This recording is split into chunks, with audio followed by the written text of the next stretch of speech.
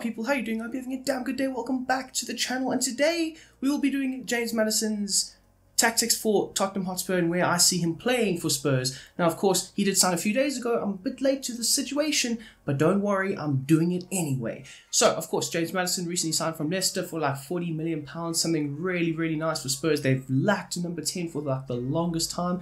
And of course, Ange Postecoglou, he does play with the number 10, and he has been successful with it. So this is a really good signing for them, and I think the number 10 position is for James Maddison. But also, I do think he could potentially play as a right winger for this team from time to time, and you'll see why in these instructions. So as for the normal James Maddison instructions, if you've seen the Spurs tactics video, they haven't really changed for the number 10 position, but they will change for the right wing position. So stay tuned for that if you haven't, or if you have seen the tactics video, my bad. But if you haven't, it is linked in the end of this video, so stay tuned for that. But anyway, as you can see here, defensive support is set to balanced, or basic defensive support. Supporting on crosses is set to balanced, so you don't want him like in the box too much. You want him in and around it, mixing it up from time to time, making sure that he can fire in crosses from the right, and he is capable of potentially getting onto a ball and firing it into the back of the net.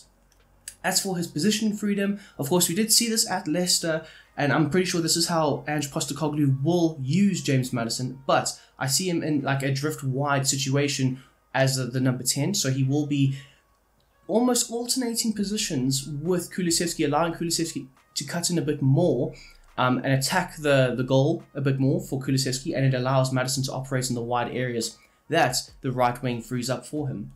And then as for the interceptions, it is set to normal interceptions. Of course, I did mention this in the last video, but you don't want him to be overly tired, because then it starts affecting the attack going forward. You'll then have the likes of Harry Kane having to drop back to try and create for the likes of Son and Kulusevski, and that just takes a whole other player out of the game where they should be more involved. So of course, Maddison is the key to unlocking Spurs' offense. Now, as for James Maddison's secondary position that I would say he would be the most successful at Spurs in, would probably be the right-hand side, the right wing, of course. Now, these are the instructions I've given him, because I think that these are the instructions that Ange Postecoglou will essentially use for him in order to get the best out of him and the best out of Tottenham when he's played as the right winger. Now, I would assume that Tottenham would go with more or less this if they are looking to stack the midfield, put in more of an engine room-esque midfield, make sure that there's a lot of physicality, maybe against the likes of a Liverpool, for example, where Maddison doesn't always have the legs to track back, doesn't always have the legs to make sure that he's getting involved in the tackling and so on. So this is more or less where I would see him playing for those types of games, where he can still have an effect on the game, but not be involved in the casualties of the midfield, if that makes sense. I mean, we saw last season as well, Leicester would put him on the left or the right, and they would try and stack their midfield. And sometimes it worked, sometimes it didn't. So obviously Tottenham, they've got more quality, and I think it could work out a little bit better here.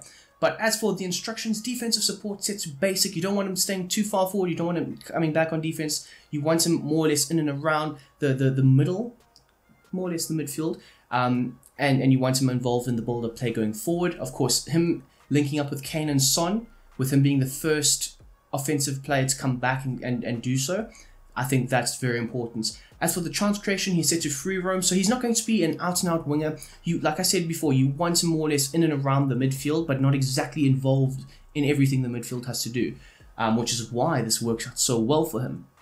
As for the support runs, you want him to come short. Like I say, you want him interchanging passes with the likes of Højbjerg, Bentancur, Ndombele, or whoever you have in your midfield. You want him to be more involved in that build-up play offensively, which will then allow space for the likes of Kane and Son to run into. It will allow for other players to be able to attack. Of course, you've got your fullbacks in Porro and Udogie. They'll be more involved with the likes of Maddison, especially Porro playing on the right-hand side. He's going to have to overlap quite a bit in order for James Maddison to have more of an effect on the game, because if there's no space around Maddison and he's trying to create his own space and still try and create space for others, it's not going to work out. So you need those overlapping runs from your fullback, your right-sided fullback, or your left-sided fullback, depending on where you play Maddison.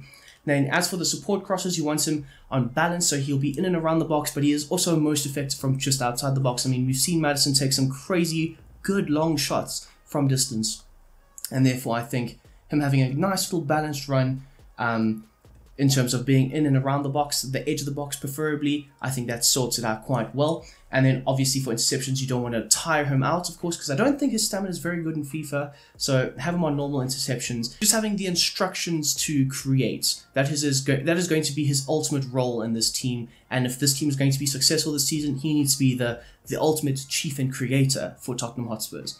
So I hope you have enjoyed this video. If you have, smash the like button down below. Subscribe if you are new to the channel. And of course, we'll be out with another video fairly soon. Let me know down below who you would like to see.